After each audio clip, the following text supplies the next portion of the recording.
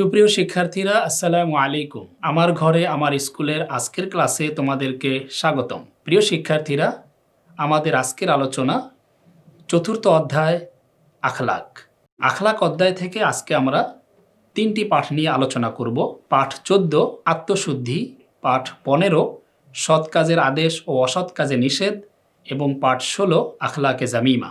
আজকের পাঠ শেষে প্রিয় শিক্ষার্থীরা তোমরা যে বিষয়গুলো শিখতে পারবে তা হলো আত্মশুদ্ধির প্রয়োজনীয়তা, গুরুত্ব ও আত্মশুদ্ধির উপায় বর্ণনা করতে পারবে, সৎ কাজের আদেশ ও অসৎ কাজের নিষেধ এর গুরুত্ব ও প্রয়োজনীয়তা ব্যাখ্যা করতে পারবে এবং সর্বশেষে আখলাকে জামিমা এর কুফল বা অপকারিতা বর্ণনা করতে পারবে। চলো আমরা আমাদের মূল আলোচনায় চলে যাই। আমাদের প্রথম পাঠ 14 আত্মশুদ্ধি। জেনে নিব আত্মশুদ্ধির পরিচয়। আত্মশুদ্ধি অর্থ হলো নিজের সংশোধন, নিজেকে খাঁটি করা, পরিশুদ্ধ করা ইত্যাদি। আমরা যদি ইসলামিক পরিভাষায় দেখি তাহলে সর্বপ্রকার অনইসলামিক কথা ও কাজ থেকে নিজ অন্তরকে মুক্ত ও নির্মল রাখাকে আত্মশুদ্ধি বলা হয়। এটি ইসলামিক পরিভাষা। আল্লাহ তাআলার স্মরণ, আনুগত্য ও ইবাদত ব্যতীত অন্য সমস্ত কিছু থেকে অন্তরকে পবিত্র রাখাকেও আত্মশুদ্ধি বলা হয়। প্রিয় শিক্ষার্থীরা, আত্মশুদ্ধির আরবি পরিভাষা হলো তাজকিয়াতুন নফস।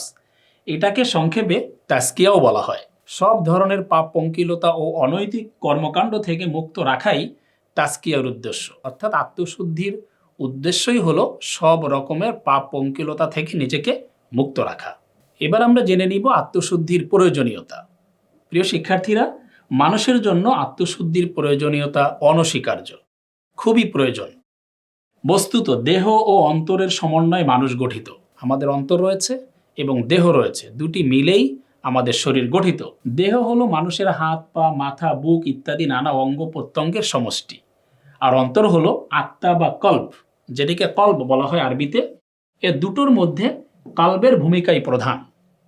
দেহ এবং আত্মার মধ্যে কলব, অন্তর, এটির ভূমিকাই হচ্ছে প্রধান। তো মানুষের অন্তর যেরূপ নির্দেশনা প্রদান করে, অঙ্গ প্রত্যঙ্গ তদ্রূপই কাজ করে থাকে। সুতরাং মানুষের কাজকর্মের শুদ্ধতার জন্য প্রথমেই কলবের সংশোধন প্রয়োজন, অন্তরের সংশোধন প্রয়োজন। কলবের সংশোধনই হলো আত্মশুদ্ধি। আমরা যদি আমার অন্তরকে, আমার কলবকে সংশোধন করতে পারি, সেটাই হবে আমার আত্মশুদ্ধি। কলবের অর্থাৎ অন্তরের আত্মশুদ্ধির ব্যাপারে মহানবী সাল্লাল্লাহু আলাইহি ওয়াসাল্লাম একটি হাদিস উল্লেখ করেছেন। জেনে রেখো, শরীরের মধ্যে একটি গোশতপিণ্ড রয়েছে। যদি তা সংশোধিত হয়ে যায় তবে গোটা শরীরই সংশোধিত হয়, আর যদি তা কলুষিত হয় তবে গোটা শরীরই কলুষিত হয়ে যায়। মনে রেখো, তা হলো কলব বা অন্তর। প্রিয় শিক্ষার্থীরা, তোমরা অবশ্যই হাদিসটি বুঝতে পেরেছ। আমাদের কলব যদি কলুষিত হয়ে যায়, পুরো দেহ কলুষিত হয়ে যায়। আর কলব যদি আমার পরিষ্কার পরিচ্ছন্ন থাকে, সংশোধিত থাকে, তাহলে আমার সব কিছুই সংশোধন হয়ে যায়। রাসূল করিম সাল্লাল্লাহু আলাইহি ওয়াসাল্লাম এই হাদিস দিয়ে সেই কথাটাই বুঝিয়েছেন। আমাদের নৈতিক মানবিক গুণাবলীর বিকাশ ঘটানোর জন্য আমার কল্পকে পরিষ্কার রাখতে হবে, আমার আত্মশুদ্ধির প্রয়োজন রয়েছে। ইসলামে আত্মশুদ্ধির গুরুত্ব অপরিসীম। এবার আমরা আত্মশুদ্ধির গুরুত্ব নিয়ে সংক্ষেপে কিছু কথা বলবো। আত্মশুদ্ধি মানুষকে বিকশিত করে, সফলতা দান করে। ইহজীবনে আত্মশুদ্ধি মানুষকে পূর্ণাঙ্গ মানুষে পরিণত করে। এরূপ মানুষ সব ধরনের কুপ্রবৃত্তি থেকে বেঁচে থাকে, সকল পাপাচার, অনৈতিক কাজ থেকে দূরে থাকে। আত্মশুদ্ধি যদি আমার হয়, তাহলে আমি সব ধরনের অনৈতিক পাপ কাজ, পাপাচার, কুপ্রবৃত্তি সবকিছু থেকে আমি বিরত থাকতে পারবো, সেটি এখানে বলা হয়েছে। ফলে সমাজে সে একজন আদর্শ মানুষ হিসেবে সকলের শ্রদ্ধা ও ভালোবাসা পাবে। বস্তুত আত্মশুদ্ধি হলো সফলতা লাভের মাধ্যম। আত্মশুদ্ধির মাধ্যমেই সফলতা অর্জন করা যায়। যে ব্যক্তি আত্মশুদ্ধি অর্জন করতে ব্যর্থ, সে দুর্ভাগা, সে কখনোই সফলতা লাভ করতে পারবে না। মূল কথাই হলো আত্মশুদ্ধির মাধ্যমেই আমরা ইহকালীন জীবনে, পরকালীন জীবনে সফলতা অর্জন করতে পারব। পবিত্র কোরআনে আল্লাহ রাব্বুল আলামিন আত্মশুদ্ধির ব্যাপারে পরিষ্কারভাবে উল্লেখ করেছেন। আল্লাহ তাআলা বলেন, কদ আফলাহা মান যাক্কাহা ওয়া কদ খাবা মান দাসসাহা। এই আয়াতটির অর্থ হলো, নিশ্চয়ই যে ব্যক্তি আত্মাকে পুত পবিত্র রাখবে সেই সফলকাম হবে, আর সে ব্যক্তি ব্যর্থ হবে যে নিজেকে কলুষিত করবে। আমরা এর আগে যে কথাগুলো বলেছি, প্রিয় শিক্ষার্থীরা, এই আয়াতটি ওই কথাগুলোর সাথে একেবারেই সঠিকভাবে মিল রয়েছে। আমরা যদি আত্মাকে পুত পবিত্র রাখি তাহলে সফল কাম, আর আত্মাকে কলুষিত করলেই আমরা ব্যর্থ। সে কথাই আল্লাহ রাব্বুল আলামিন কোরআনের এই আয়াতে উল্লেখ করেছেন। এ প্রসঙ্গে আল্লাহ রাব্বুল আলামিন আরো বলেছেন, ইয়াউমা লা ইয়ানফাউ মালুন ওয়ালা বানুন ইল্লা মান আতাল্লাহা বিকলবিন সালিম। এই আয়াতে আল্লাহ রাব্বুল আলামিন বলেছেন, সেদিন ধন সম্পদ কোনো কাজে আসবে না, আর না কাজে আসবে সন্তান সন্ততি, বরং সেদিন সে ব্যক্তিই মুক্তি পাবে যা আল্লাহর নিকট বিশুদ্ধ অন্তঃকরণ নিয়ে আসবে। একদম পরিষ্কার প্রিয় শিক্ষার্থীরা, যে ধন সম্পদ কোনো কাজে আসবে না, পবিত্র আত্মা নিয়ে যে ব্যক্তি সেদিন উপস্থিত হবে অর্থাৎ কিয়ামতের মাঠে, তিনি সফলকাম হবেন। সে কথাই আল্লাহ রাব্বুল আলামিন বলেছেন। তাহলে এবার আমরা দেখব যে কিভাবে আমরা আত্মশুদ্ধি করতে পারি, আত্মশুদ্ধির উপায় কি। তোমরা খেয়াল করো, মানুষের অন্তর হলো স্বচ্ছ কাচের মতো, কাচ যেটি স্বচ্ছ থাকে। যখনই মানুষ কোনো খারাপ কাজ করে তখনই তাতে একটি দাগ পড়ে যায়, কালো দাগ পড়ে যায়। এভাবে বারংবার পাপ কাজ করার দ্বারা মানুষের অন্তর পুরোপুরি কলুষিত হয়ে যায়।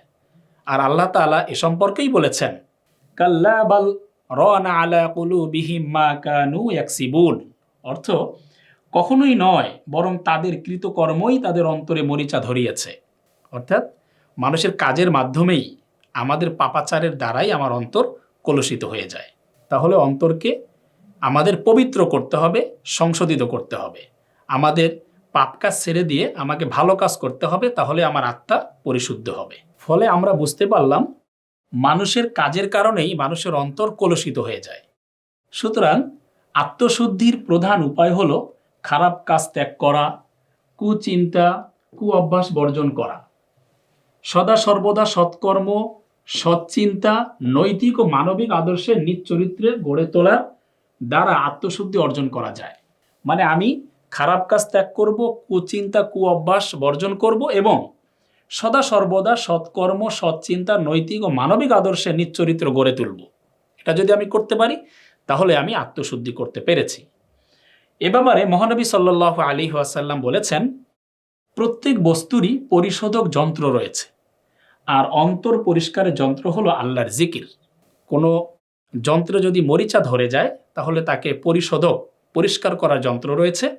সেভাবে যদি অন্তর কলুষিত হয়ে যায়, মরিচা ধরে যায়, তাহলে সেটাকেও পরিষ্কার করা যাবে, সংশোধিত করা যাবে। আর সেটির মাধ্যমই হচ্ছে আল্লাহর জিকির, আল্লাহর স্মরণ। আল্লাহকে যদি আমরা স্মরণ করি, আল্লাহর পথে থাকি, আল্লাহর বিধানাবলী যদি আমরা যথাযথভাবে মানতে পারি, তাহলেই আমাদের আত্মা পরিশুদ্ধ হবে, যাকে আমরা আত্মশুদ্ধি বলে থাকি। আমরা এবার আলোচনা করব আজকের দ্বিতীয় পাঠ, পাঠ 15, সৎ কাজের আদেশ ও অসৎ কাজে নিষেধ। গুরুত্বপূর্ণ এই বিষয়টি সম্পর্কে আমরা একটু জেনে নেই। সৎ কাজের আদেশ ও অসৎ কাজে নিষেধ এর আরবি পরিভাষা হলো আমর বিল মারুফ ও নাহি আনিল মুনকার। এটি হচ্ছে আরবি পরিভাষা। ইসলামী জীবন দর্শনে এর গুরুত্ব অপরিসীম। এটি মুমিনের অন্যতম একটি বৈশিষ্ট্য হিসেবে গণ্য। সৎ কাজের আদেশ বা আমর বিল মারুফ বলতে সাধারণত কাউকে কোনরূপ ন্যায় ও ভালো কাজের নির্দেশ দান করা বোঝায়। আমর বিল মারুফ, সৎ কাজের আদেশ, কাউকে ভালো কাজের নির্দেশ করাকেই আমর বিল মারুফ বলা হয়। তবে ব্যাপক অর্থে ইসলাম সম্মত কাজের নির্দেশ দেওয়া, উৎসাহিত করা, অনুপ্রাণিত করা, অনুরোধ করা, পরামর্শ দেওয়া ইত্যাদি সবই সৎ কাজের আদেশের মধ্যে গণ্য। এই কাজগুলো যদি আমরা করতে পারি তাহলে এই কাজগুলোকেই সৎ কাজের আদেশ বলা হয়।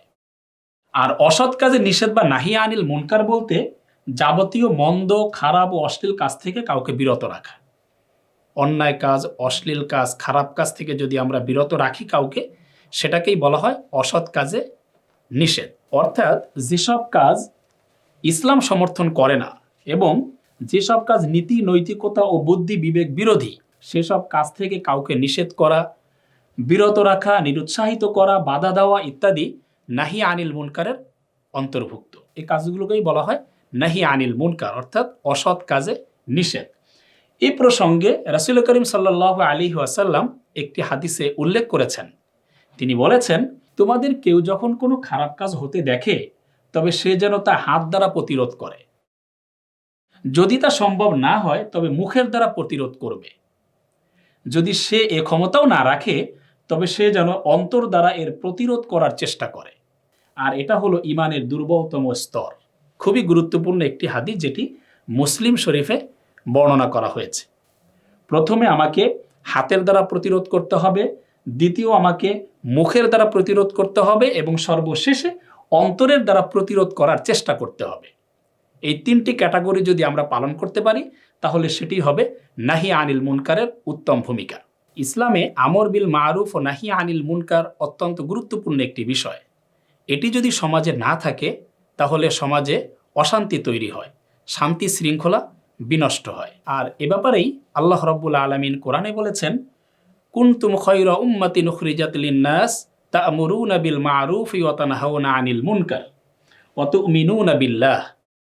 আয়াতে আল্লাহ রাব্বুল আলামিন বলেছেন, তোমরাই শ্রেষ্ঠ জাতি, মানব জাতির কল্যাণের জন্য তোমাদের আবির্ভাব হয়েছে। তোমরা সৎ কাজের নির্দেশ দিবে এবং অসৎ কাজে নিষেধ করবে এবং আল্লাহর প্রতি বিশ্বাস স্থাপন করবে। সমাজে এই সৎ কাজের আদেশ এবং অসৎ কাজের নিষেধ থাকতে হবে, এই ব্যাপারে আল্লাহ রাব্বুল আলামিন এই আয়াতে উল্লেখ করেছেন। আর আমর বিল মারুফ ও নাহি আনিল মুনকার এটি মুমিনের একটি বৈশিষ্ট্য। এ কাজ ব্যতীত কোনো ব্যক্তি পূর্ণাঙ্গ মুমিন হতে পারে না। তাই এ ব্যাপারে আল্লাহ রাব্বুল আলামিন মুমিনের পরিচয় দিয়ে বলেছেন, আল্লাযীনা ইম্মাক্কান্নাহুম ফিল আরদি আকামুস সালাহ ওয়া আতুজ যাকাহ ওয়া আমারু বিল মারুফ ওয়া নাহাউ আনিল মুনকার ওয়ালিল্লাহি আকিবাতুল উমুর। অর্থ, আর তারা এমন লোক, আমি তাদের পৃথিবীতে প্রতিষ্ঠা দান করলে তারা নামাজ কায়েম করবে, যাকাত প্রদান করবে, সৎ কাজের আদেশ দেবে ও অসৎ কাজে নিষেধ করবে, আর কর্মের প্রতিফল তো আল্লাহরই নিকট। প্রিয় শিক্ষার্থীরা, এই আয়াতের দ্বারা আমরা বুঝতে পারছি যে আল্লাহ রাব্বুল আলামিন মুমিনদেরকে উদ্দেশ্য করে বলছেন যে সর্বশেষে আমাদের আলোচনার সাথে সংশ্লিষ্ট যে 2টি বিষয় সেটি এসেছে, যে সৎ কাজের আদেশ দেবে এবং অসৎ কাজে নিষেধ করবে। সৎ কাজের আদেশের মাধ্যমে সমাজে সৎ ও ন্যায় কার্যাবলীর প্রসার ঘটে। এর মাধ্যমে মানুষ নৈতিক চরিত্রাবলীর বিকাশ ঘটাতে পারে। আর অসৎ কাজে নিষেধের মাধ্যমে সমাজ থেকে অন্যায়, অশ্লীলতা ও নির্যাতনের মূলোৎপাটন করে। তো মানুষ এর মাধ্যমে ন্যায়, অন্যায়, ভালো মন্দ বুঝতে পারে, ধীরে ধীরে সত্য ও ন্যায়ের পথ অনুসরণ করে। অন্যদিকে সমাজে সৎ কাজের আদেশ ও অসৎ কাজের নিষেধ না থাকলে সমাজ ধ্বংসের দ্বার প্রান্তে উপনীত হয়। 2টি বিষয় আমাদের সমাজে থাকা খুবই জরুরি, সৎ কাজের আদেশ, অসৎ কাজের নিষেধ। তাহলেই সমাজ সুন্দর হবে, শান্তিময় হবে, শান্তি শৃঙ্খলায় পরিপূর্ণ হবে। মহানবী সাল্লাল্লাহু আলাইহি ওয়াসাল্লাম সুন্দর একটি উপমার মাধ্যমে এই বিষয়টি তুলে ধরেছেন। খেয়াল করো, তিনি বলেছেন, আল্লাহ নির্ধারিত সীমার মধ্যে অবস্থানকারী ও সীমালঙ্ঘনকারীদের উদাহরণ হলো একদল লোকের ন্যায় যারা জাহাজের যাত্রী। লটারির মাধ্যমে এদের একদল উপরতলায় ও অপর দল নিচতলায় স্থান পেল। একটি জাহাজে 2টা দল, একদল উপরে রয়েছে আর একদল নিচে রয়েছে। নিচতলার লোকজন পানির প্রয়োজন হলে উপরতলার লোকদের নিকট পানি আনতে যায়। এমত অবস্থায় তারা, অর্থাৎ নিচতলার লোকেরা বলল, আমরা যদি নিচেই একটা ছিদ্র করে নেই তবে উপরতলার লোকদের কষ্ট দেওয়া থেকে বাঁচা যেত। নিচের তলার লোকেরা মনে করেছে নিচ থেকেই তো আমরা পানি নিতে পারি, একটা ছিদ্র করলে উপরতলার লোকদেরকে আমরা আর কষ্ট দিব না, কষ্ট দেওয়ার প্রয়োজন নাই, এটা তারা চিন্তা করেছে। পরিশেষে খেয়াল করে দেখো, এখন যদি তারা উপরতলার লোকজন তাদের বাধা দেয় তবে নিজেরাও বাঁচতে পারবে, সবাইকে বাঁচাতে পারবে। উপরতলার লোকেরা যদি নিচের লোকদেরকে নিষেধ করে যে না, ছিদ্র করো না, ছিদ্র করলে তো তোমাদেরও ক্ষতি হবে এবং পরবর্তীতে আমাদেরও ক্ষতি হবে, তারা যদি তাদেরকে বাঁচাতে পারে, রক্ষা করতে পারে, এই কাজটি থেকে বিরত রাখতে পারে, তাহলে নিচের তলার লোকও বেঁচে যাবে, উপর তলার লোকও বেঁচে যাবে। সৎ কাজের আদেশ ও অসৎ কাজের নিষেধ, এই বিষয়টির মাধ্যমে রাসূল করিম সাল্লাল্লাহু আলাইহি ওয়াসাল্লাম এই উদাহরণের মাধ্যমে পরিষ্কার করেছেন যে সমাজকে সুন্দর করতে হলে, শান্তিময় করতে হলে, সব মানুষকে বেঁচে থাকতে হলে তোমাদেরকে এই উদাহরণের মাধ্যমে যেভাবে তারা রক্ষা পেয়েছে তোমরাও সেভাবে রক্ষা পাবে। প্রিয় শিক্ষার্থীরা, আজকের আমাদের সমাজে দেখা যায় সৎ কাজের আদেশ এবং অসৎ কাজের নিষেধ এটি আমরা দেখতে পাই না, অর্থাৎ এই কাজের সাথে মানুষের সংশ্লিষ্টতা নেই। তাই আমর বিল মারুফ ও নাহি আনিল মুনকার ত্যাগের পরিণতি, এই কাজ যারা এড়িয়ে যাবে, এই কাজ যারা ত্যাগ করবে তার এর পরিণতি কি হবে? আল্লাহ রাব্বুল আলামিন বলেন, বনি ইসরাইলের মধ্যে যারা কুফরি করেছে তাদেরকে দাউদ আলাইহিস সালাম ও ঈসা ইবনে মারিয়ামের মুখ দিয়ে অভিশাপ দেওয়া হয়েছে, কেননা তারা বিদ্রোহী হয়ে উঠেছিল ও অত্যন্ত বাড়াবাড়ি করেছিল। তারা পরস্পরকে মন্দ কাজ থেকে বিরত রাখত না। বস্তুত অত্যন্ত জঘন্য কর্মনীতি তারা অবলম্বন করেছিল। তাহলে এখানে বোঝা গেল যে তারা এই আমর বিল মারুফ ও নাহিয়া আনিল মুনকারের কাজ করেনি, যার জন্য তাদের পরিণতি কি হয়েছিল। মহানবী সাল্লাল্লাহু আলাইহি ওয়াসাল্লাম বলেছেন, লোকেরা যখন কোনো অত্যাচারীকে অত্যাচার করতে দেখে কিন্তু তারা তার হাত ধরে না, অর্থাৎ প্রতিরোধ করে না, এরূপ লোকদের উপর অচিরেই আল্লাহ শাস্তি পাঠাবেন। অর্থাৎ আমরা যদি কোনো লোককে অত্যাচার করতে দেখি তাহলে তাকে প্রতিরোধ করতে হবে, অত্যাচার থেকে বিরত রাখতে হবে। এটি আল্লাহ রাব্বুল আলামিন কোরআনের এই আয়াতে উল্লেখ করেছেন। এটা যদি না করি তাহলে আল্লাহ তাআলা যারা করবে না তাদের উপরে শাস্তি পাঠাবেন। অন্য আরও একটি হাদিসে রাসূল করিম সাল্লাল্লাহু আলাইহি ওয়াসাল্লাম বলেছেন, সেই সত্তার শপথ যার হাতে আমার প্রাণ, তোমরা অবশ্যই সৎ কাজের আদেশ দেবে ও অসৎ কাজে নিষেধ করবে, অন্যথায় অচিরেই আল্লাহ তোমাদের শাস্তি দেবেন। তখন তোমরা দোয়া করবে কিন্তু তা কবুল করা হবে না। কি জটিল কথা বলেছেন রাসূল, যে আমরা যদি দোয়া করি দোয়াও কবুল হবে না। কখন? যখন আমরা সৎ কাজের আদেশ করব না, অসৎ কাজ থেকে মানুষকে বিরত রাখব না, তখন আমরা দোয়া করলেও আল্লাহ রাব্বুল আলামিন দোয়া কবুল করবেন না। রাসূল করিম সাল্লাল্লাহু আলাইহি ওয়াসাল্লাম অন্যত্র আরও একটি হাদিস উল্লেখ করেছেন, কিয়ামতের দিন এক ব্যক্তিকে নিয়ে আসা হবে, অতঃপর তাকে জাহান্নামে নিক্ষেপ করা হবে। এতে তার নাড়ি ভুঁড়ি বের হয়ে আসবে। সে এটা নিয়ে চারপাশে চক্কর দিতে থাকবে, যেমনভাবে গাধা চক্রের মধ্যে ঘুরে থাকে। যখন জাহান্নামীরা তার চারপাশে সমবেত হবে, যখন তাদেরকে জিজ্ঞাসা করা হবে, হে অমুক, তোমার এই অবস্থা কেন? তুমি কি সৎ কাজের আদেশ দিতে না এবং অসৎ কাজে নিষেধ করতে না? এই প্রশ্ন যখন তাদেরকে করা হবে, তখন তিনি উত্তরে বলবেন, হ্যাঁ, আমি সৎ কাজের আদেশ দিতাম কিন্তু নিজে তা করতাম না, আর অন্যদের খারাপ কাজ থেকে নিষেধ করতাম কিন্তু নিজে তা থেকে বিরত থাকতাম না। তাহলে প্রিয় শিক্ষার্থীরা, বুঝতে পেরেছ যে আমি নিজে বিরত থাকব, অন্যকেও বিরত রাখার চেষ্টা করব। আমি সৎ কাজের আদেশ করব, আবার নিজেও সৎ কাজের সাথে জড়িত থাকব। এটা যদি আমরা করতে পারি তাহলে আমরা সফলতা অর্জন করতে পারবো। প্রিয় শিক্ষার্থীরা, আজকের আমাদের সর্বশেষ পাঠ 16 আখলাকে জামিমা। চলো আমরা জেনে নেই আখলাকে জামিমার পরিচয়। তোমরা আগেই জানো যে আখলাক দুই ধরনের, আখলাকে হামিদা, আখলাকে জামিমা। আজকে আমরা বলবো আখলাকে জামিমা, অর্থাৎ নিন্দনীয় চরিত্র সম্পর্কে। আখলাকে জামিমা অর্থ নিন্দনীয় স্বভাব। মানুষের সব চারিত্রিক বৈশিষ্ট্যই ভালো নয়, বরং মানব চরিত্রে এমন কিছু দিক রয়েছে যা অপছন্দনীয় ও নিন্দনীয়। মানব চরিত্রের এসব নিন্দনীয় স্বভাবগুলোকে আরবি ভাষায় আখলাকে জামিমা বলা হয়। আখলাকে জামিমার আরেকটি নাম রয়েছে, সেটি হলো আখলাকে সাইয়্যাহ। আখলাকে সাইয়্যাহ অর্থ অসৎ চরিত্র, মন্দ স্বভাব, মানে একই রকম অর্থ রয়েছে দুটিরই। তো মানব চরিত্রে বহু নিন্দনীয় বৈশিষ্ট্য রয়েছে। আমরা কয়েকটি নিন্দনীয় বৈশিষ্ট্য এখানে উল্লেখ করছি। তা হলো যেমন মিথ্যা বলা, প্রতারণা করা, ঠাট্টা বিদ্রূপ করা, বিশ্বাসঘাতকতা করা, হিংসা বিদ্বেষ, লোভ লালসা, পরনিন্দা, পরচর্চা, অপব্যয়, কৃপণতা, ক্রোধ, গর্ব অহংকার ইত্যাদি। এখানে অনেকগুলো আখলাকে জামিমার বিষয় তুলে ধরা হয়েছে, যেগুলো দৈনন্দিন জীবনে আমরা অনেক মানুষের ভিতরে দেখতে পাই। তুমি যদি খেয়াল করো তুমিও দেখতে পাবে যে এই ধরনের নিন্দনীয় স্বভাবগুলো অনেকের ভিতরেই রয়েছে। তো এই স্বভাবগুলো কি তুমি গ্রহণ করবে নাকি এগুলো বর্জন করবে, সেটি আজকের আলোচনার বিষয়। মূল কথা হলো এগুলো আমাদেরকে এড়িয়ে চলতে হবে, বর্জন করতে হবে, কারণ এটি হচ্ছে খারাপ চরিত্র। আখলাকে জামিমার কুফল বা অপকারিতা। প্রিয় শিক্ষার্থীরা, আখলাকে জামিমা অর্থাৎ নিন্দনীয় চরিত্র, খারাপ চরিত্র যাদের মধ্যে থাকে, সমাজে তাদেরকে কেউ ভালোবাসে না। তাদেরকে মূলত সবাই ঘৃণা করে, অবজ্ঞা করে, অবহেলা করে। আর আল্লাহ রাব্বুল আলামিনও তাদেরকে ঘৃণা করেন, তাদেরকে তিরস্কার করেন। সুতরাং আমাদেরকে আখলাকে জামিমা থেকে বেঁচে থাকতে হবে।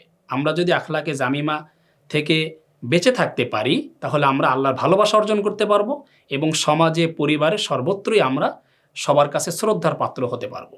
আখলাকে জামিমার পরিণতি অত্যন্ত ভয়াবহ। এ সম্পর্কে মহানবী সাল্লাল্লাহু আলাইহি ওয়াসাল্লাম বলেছেন, লা ইয়াদখুলুল জান্নাতাল জাওয়াজু ওয়ালাল জাযরিয়ু, অর্থ দুশ্চরিত্র ও রূঢ় স্বভাবের মানুষ জান্নাতে প্রবেশ করতে পারবে না। অত্যন্ত কঠিন একটি কথা রাসূল করিম সাল্লাল্লাহু আলাইহি ওয়াসাল্লাম এখানে বলেছেন, যে যার চরিত্র খারাপ হবে সে জান্নাতে প্রবেশ করতে পারবে না। সুতরাং জান্নাতে যদি আমরা যেতে চাই তাহলে অবশ্যই আমাদেরকে এই অসৎ চরিত্র, খারাপ চরিত্র ত্যাগ করতে হবে।